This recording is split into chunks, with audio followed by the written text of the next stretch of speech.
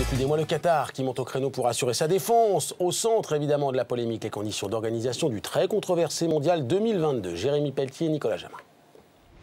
Un mondial accusé d'être acheté, des travailleurs exploités, des droits de l'homme bafoués. Depuis des mois, le dossier qatarien est pointé du doigt. Alors l'organisation tente de se défendre, un brin irrité. Je peux vous dire que nous sommes très confiants sur l'intégrité de notre candidature. Je l'ai toujours dit, c'est toujours la même histoire. Cela n'empêche pas des gens de continuer de nous critiquer sans même tenir compte de nos réponses.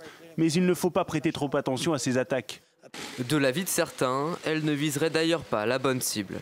En toute objectivité, je ne pense pas qu'il faille blâmer le Qatar. S'il y a des réserves à formuler, il faut d'abord regarder vers le côté de la FIFA.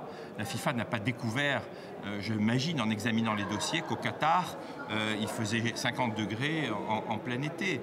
Cette chaleur est depuis devenue un véritable casse-tête pour la FIFA, mais au Qatar, on se prépare à toute éventualité.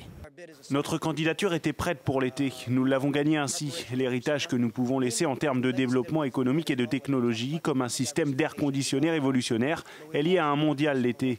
C'est ce qui est prévu. Mais si on est prêt pour l'été, nous serons forcément prêts pour l'hiver.